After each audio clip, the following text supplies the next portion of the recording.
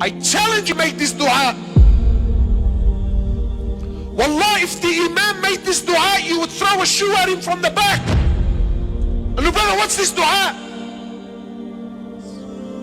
My dress is like the non-Muslim. My food is like the non-Muslim. My schooling is like the non-Muslim. My appearance is like the non-Muslim. My house is exactly like the non-Muslims. My dreams and my ambitions of owning a house and taking my family on a holiday at the end of the year and driving, every ounce of my body's ambition is exactly like the non-Muslim. My name was Muhammad, I changed it to Mo. My name was Mustafa, I changed it to Steve. Every ounce of me is dripping non-Muslim. Yeah, but brother, alhamdulillah, I'm a Muslim. The Prophet says, glad tidings, hani'an, hani'an, glad tidings to the stranger. Honestly, who feels like a stranger, bro? Who, bro? You walk into any restaurant, halal, not halal, Iza, yallah, kullu meshi, brother, bismillah, oh God, brother.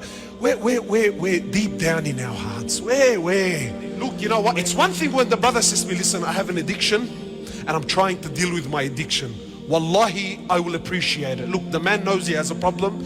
No, but I have an addiction and I'm in denial about my addiction and I try to use deen to justify my actions.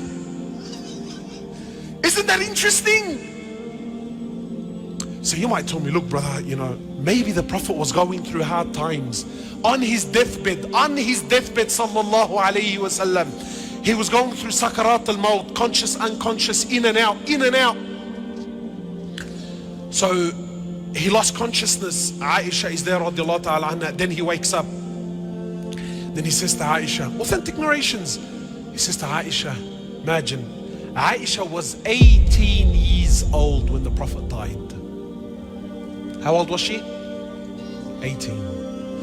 And Allah called her and the others in the Quran, Allah called them Ummahat al-Mu'mineen, the mothers of the believers, meaning they have become haram on every man. Yani once the Prophet dies, sallallahu alaihi wasallam, no one can remarry her. 18 in a world and in a society where the man was everything. Imagine this 18-year-old is watching her husband die at the 8, and she has her whole life that now she knows, I'm going to be alone. I can never remarry after him. So he wakes up from his, you know, he was unconscious, and says to Aisha, how much money do we have? This sunnah no one talks about. Sheikh, please man, put these stories behind. Let's speak about investments and stocks, and let's speak about buying houses, brother. Because in our hearts we believe that honor, that money will restore the honor of Islam. Ya Aish. Ya haram. So she says to my Prophet of Allah, all that we have is 7 gold coins. Imagine a man with 9 wives. Today brothers have paid off their houses, paid off. And he's working to pay off the 2nd and the 3rd because brother, I need to leave something for my children, brother. Exhausting his life. Not halal haram, I don't care about halal and haram. But tell me when the Prophet was dying and there were 7 gold coins between 9 wives, is he a man? Sister, you know the one, I wish I was married to him. What Chanel handbag was he gonna buy you with 7 gold coins? Tell me, man. What hair and makeup studio were you gonna go to on a fortnightly basis? Tell me. What restaurant were you gonna be fine dining in? Tell me. So he says to Aisha, take the 7 gold coins and give them in charity now.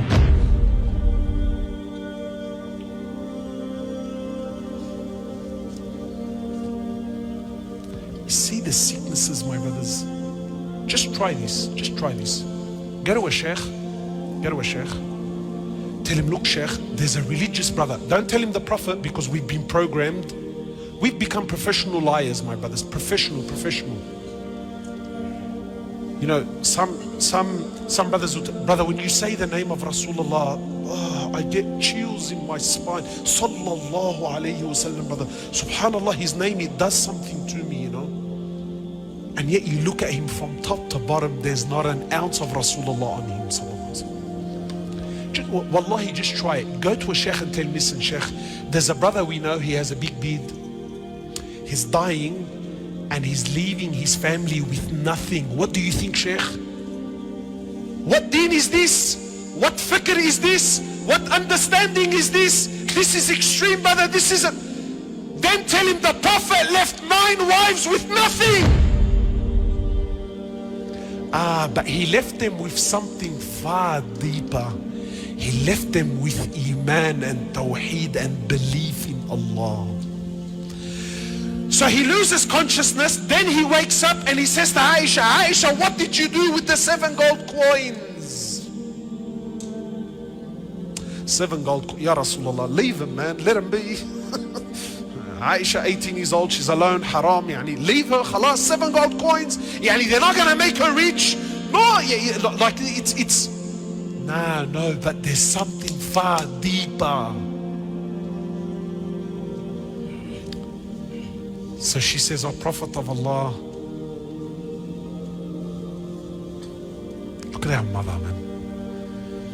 She said, I held on to them, I didn't give them away in charity.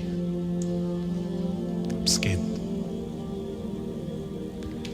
He says to Aisha, do you want me to die and stand in front of Allah while I still own something from this dunya?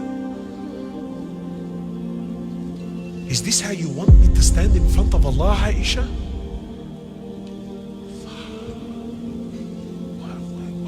What's going on? My brothers, who's the Rijal? Who's the man? So you might think, look, brother, that's Rasulullah sallallahu alaihi wasallam, you know, like Allah was... No! In Bukhari, the dua of Rasulullah, Allahumma ja'al rizqa ali Muhammadin qut. Ya Allah, make the rizq of the family. The hadith is in Bukhari. Ya Allah, make the rizq of the family, not just Muhammad. Muhammad and his family, sallallahu. Make the rizq and the provisions of Muhammad and his family the bare minimum.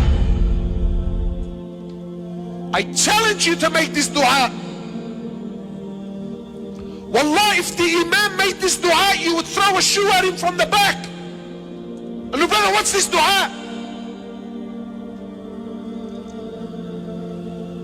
Because in our hearts, in the sicknesses of our society, a man is determined by his money.